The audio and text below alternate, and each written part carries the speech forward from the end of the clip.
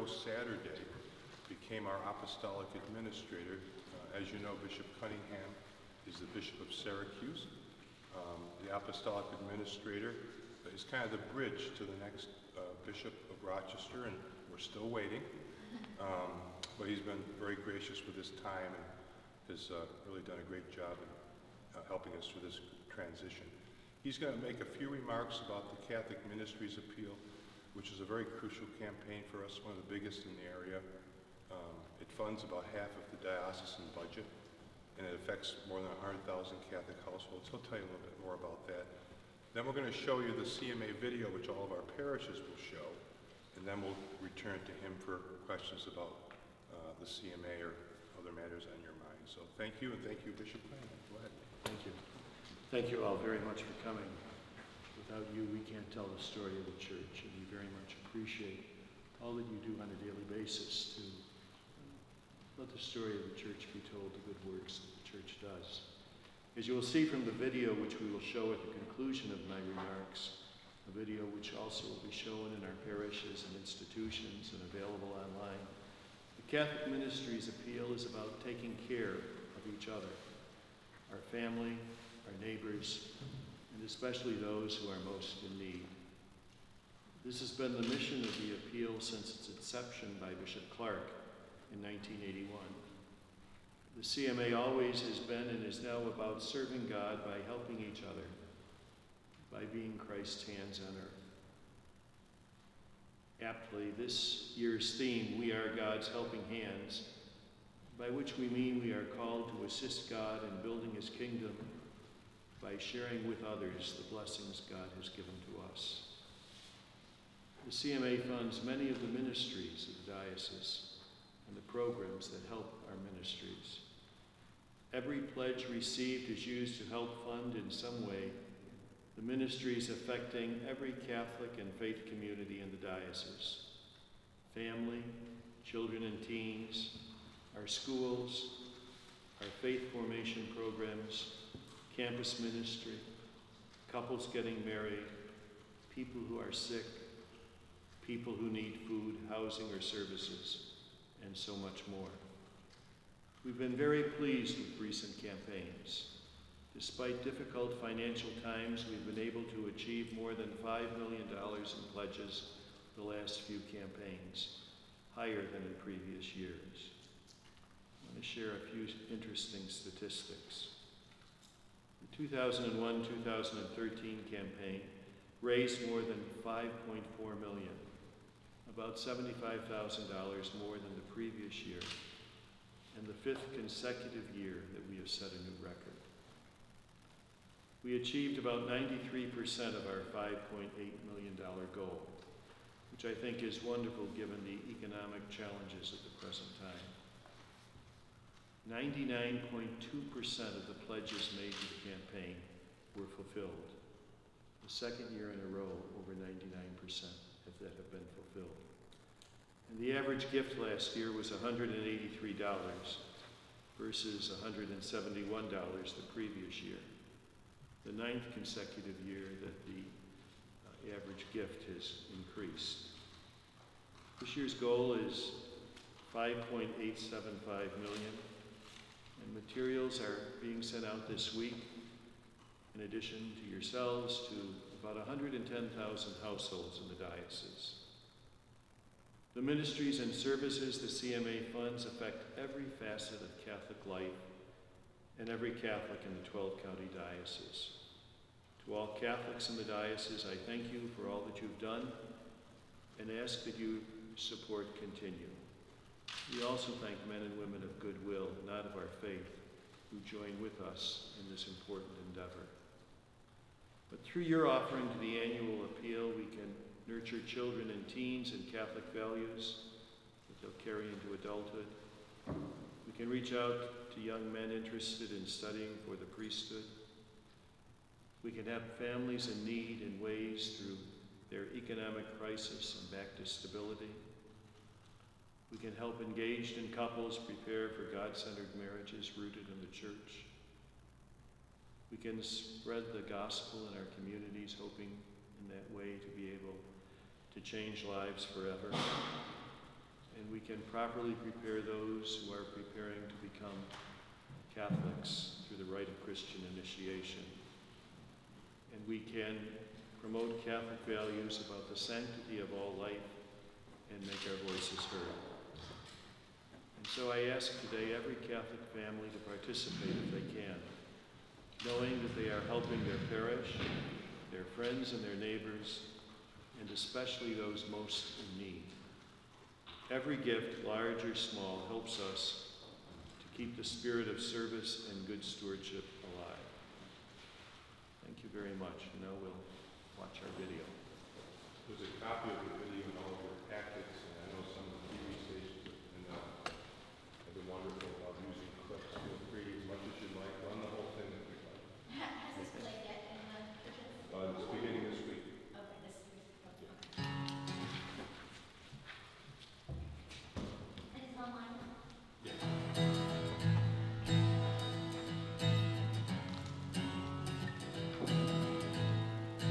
Hello, my name is Father Michael Kostick, one of 3 newly ordained priests who gratefully serve the Diocese of Rochester. I am honored to be able to introduce the theme for this year's Catholic Ministries Appeal, We Are God's Helping Hands. Again, this year, the Diocese of Rochester needs your helping hands to fund critical ministries and sacramental programs that nurture and grow the spiritual lives of more than 300,000 Catholics of all ages, and to enable diocesan-supported agencies to provide compassionate assistance to an ever-growing number of people in need across our 12-county diocese. No doubt you've heard the expression, out of the mouths of babes. Well, for this year's video, we called on some youthful insight across our diocese to help us better understand the importance of being God's helping hands. We hope you enjoy this inspiring and at times entertaining video, which will prayerfully consider a generous commitment to the Catholic Ministries Appeal. God bless you. Why is it better to help people? If someone was didn't have a house or anything, you can help build a house for them. If they need food and you have some, you could give it to them so they're not hungry. A lot of times you don't tend to think about what other people go through. You just think about what you're doing. If it was you, would you want someone else to help you? Instead of just leaving them and just saying, oh, they don't need it. We've been so privileged with all the stuff that we have. Some kids are born into poverty and don't have any of the opportunities that we do. So we have to utilize all that we have to help them. Can you tell me any ways that you've all helped people, whether it be at home or your grandparents or around here at school? We were in Detroit after a baseball game. I saw a homeless man and I asked my dad if I could have 25 cents or $1. So he gave me $1 and I gave it to the homeless man. There's a boy at my school that he's not the most fortunate kid and he wears some ragged clothes and doesn't have a lot of money, so I sometimes buy him snacks and stuff. I saw a little girl who came in flip-flops. She must have been 2 years old, came in flip-flops that were too big for me to wear. And that just makes you sad. I wanted to go home and cry. I actually went out and used my paycheck to buy her a pair of flip-flops, but you just want to help. Once you realize how lucky you are, then you want to give more. He loved us so much that he sent his only son, and his son died for our sins, which is quite a great help, in my opinion. When you help someone, you get this feeling that you're doing something really good, and it's a really amazing feeling. God is in everyone, so it's like if you're helping someone, you're helping God, and then God will fill your hearts with love. How many of you get an allowance? How much of that allowance would you give back to help people who are in need? A little less than half. Why a little less than half? Because if you were trying to get a bike, it would be expensive, like if it broke or something. All of it. All of it? At least 110% of it. So you give more than you actually had. Wow. What if we didn't help people? what would the world or our local community be like? The world or the community could be like a very terrible place since no one would be, in a happy mood because no one would do anything. It wouldn't be what God wanted it to be. What would you tell your parents and your grandparents about the importance of giving to help people? Heck, there's poor people around here. Please just give up your money. Giving back is a great experience. If you haven't done it before, do it. I encourage you to do it. It's the best thing you can do. And if it's time, if it's money, if it's your talent, anything you can do can help your church and can help your community. Well, the diocese it's huge. It stretches all the way to the border of New York, and they do a great job. They have a lot to cover, and they can't do it by themselves. So they need our support. God has done and is still doing so much for us in our daily lives, and the least we can do is to be involved in our church and give back, for Him, and help other people. That we're all made in His image, and we're all God's children, so we should all help.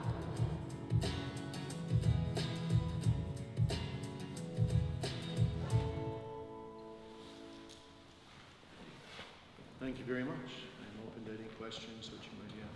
I just wanted to ask, it seems like it helps in so many different ways. Sometimes the best way for us to tell a story is through one example. Can you think of, out of all the examples, all the different people that it helps, the different ways that it helps, is there one that really rings true with you as a perfect example of the way this money is used? Well, I think it's hard to come up with just one example. The mission of the church is not singular, it's multifaceted, but the education of young men for the priesthood, the ability to help students in our Catholic schools receive a Catholic education, the programs we have to improve marriage and family life, which is really the basis of what we do as a Catholic community. I think all of those are very important. I think we all find, we said last year, it was record-breaking, 5.4 million, with $183 was the average households were contributing. How are we all able to make that happen when it seems like we're all, Struggling? Yeah. Well, I think just like these young people in the movie, you want to give 110% sometimes and help people in their mission. I think that people of the Diocese of Rochester have proven themselves to be extremely generous, and they're committed to the work of the church. Those who contribute to our campaign, and they're committed to helping us reach out and help others. And I think this is what Pope Francis is all about also. So I think that this year will be, I'm confident, will be even more successful than last year. Speaking of the new Pope, obviously the church has been in the news a lot. There's been a lot of new excitement considering that there's a new leader of the church. Is there a hope? Is there any feeling that maybe that new excitement or that talk, that new energy, that new focus will translate into dollars? Well, I think that the media has done a wonderful story of telling us about Pope Francis and of getting his message out. And I think people are excited about Pope Francis, about his style, his manner, his desire. He said from the very beginning that he hoped that we would always be conscious of helping those who are poor and most in need. And I think if we get that message out, I think people will come forward and help us. And I know that many people are struggling today. Unemployment isn't where it should be, or unemployment should be less than what it is. So we're hoping that, that people who have the means and the desire will step forward and help others. Bishop, how would you advise people who sit in the pew on a Sunday and maybe they get their regular collection they have to put in, there's a second collection, there's the Catholic Ministries Appeal, there's the Legacy Appeal, there are many, many other possibly worthy causes. How does one person, as you said, during not the best of economic times, sort this all out and come up with what will be considered a fair and equitable gift? Right. Well, I think that that's a question that people have to answer in their own conscience, We don't have anything that God hasn't given us. And I think God will not be outdone in generosity. And that the appeal, there are different phases of the appeal that appeal to different people. So I think that they have to just decide, is this something that I really want to support? And how can I support this as well as my other responsibilities to my parish, to my family, to the community? And I think people just have to, decide that themselves. Really. Bishop, I'd like to go back to the Pope for a moment. Some of his comments surfacing last week, what he didn't say about abortion, things of that nature. Can you react to some of the things that he said or didn't say? Sure, I'd be happy to. Well, first of all, I think that, we have to remember that much of what's been quoted is about one paragraph out of about a 20-page interview. And since you specifically brought up abortion, he also spoke about that on Friday to a group of Catholic gynecologists, in which he said that the child in the womb, unjustly condemned to death, bears the face of Christ. And I thought that was very powerful myself. I thought it was a powerful statement. So while he is saying, what he said in the interview was that Catholic people know what the Church teaches about abortion, about contraception, about homosexuality. We don't have to spend all our time zeroing in on those specific teachings. The teachings of the Church are broad and multifaceted and cover a wide variety of things. But people who are struggling with this, we have to reach out in a certain sense with compassion and to try and bring them in. And so that he used the example that the Catholic Church is like a field hospital after battle. You bring in people to the church, you bring people into the hospital to heal their wounds. And once that's done, then you build on that, build on the journey of faith. That wasn't his words, but that's my words that you used to bring that forward. So I think Pope Francis, certainly he doesn't change doctrine or dogma or moral teaching, but his style of explaining it, of dealing with it, is a little bit different. And some people are saying revolutionary. I don't know whether I would call it revolutionary, but some people are saying that.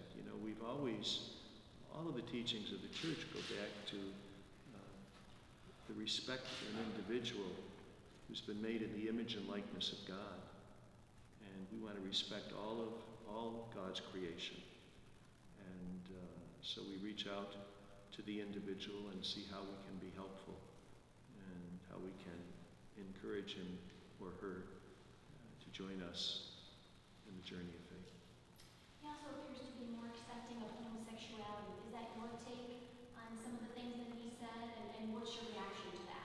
Well, I think it's, again, I just said that. It's to my way of thinking, the Church has always taught that we respect the individual as a child created in God's image and likeness.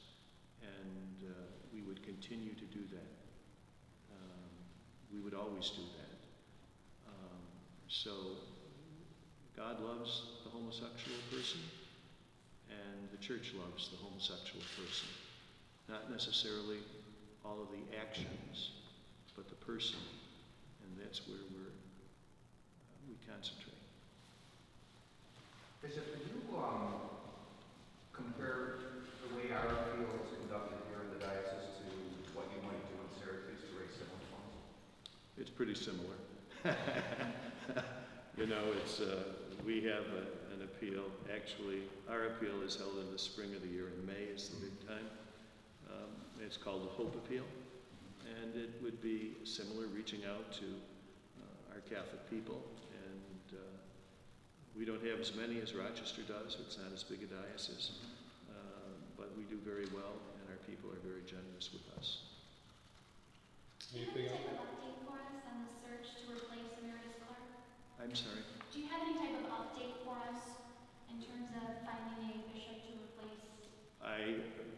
I know that the process is going on. From the beginning, I thought it would be about 12 months. It's about 12 months. Last week, I was in Bridgeport, Connecticut, where the new bishop was installed after a period of, I think, 16 months. So I think that the process goes on, and just when it will be completed and when the announcement will be made, I have no idea. Bishop, are you concerned without a permanent bishop in place here that may have an impact on the appeal? I hope not, because I think that the work of the church goes on whether or not there's a bishop, an active bishop here right now. I mean, people are still being fed, children are being educated, the sick are being cared for, our young men are in the seminary. All of these things go on, and I think that the people of Rochester would want to show the new bishop that we've had a successful appeal, we're with you, we're with the church, and I think that it's, I don't foresee that as a deterrent. Thank you, Bishop. Okay, thank you very much. Good to be with you all.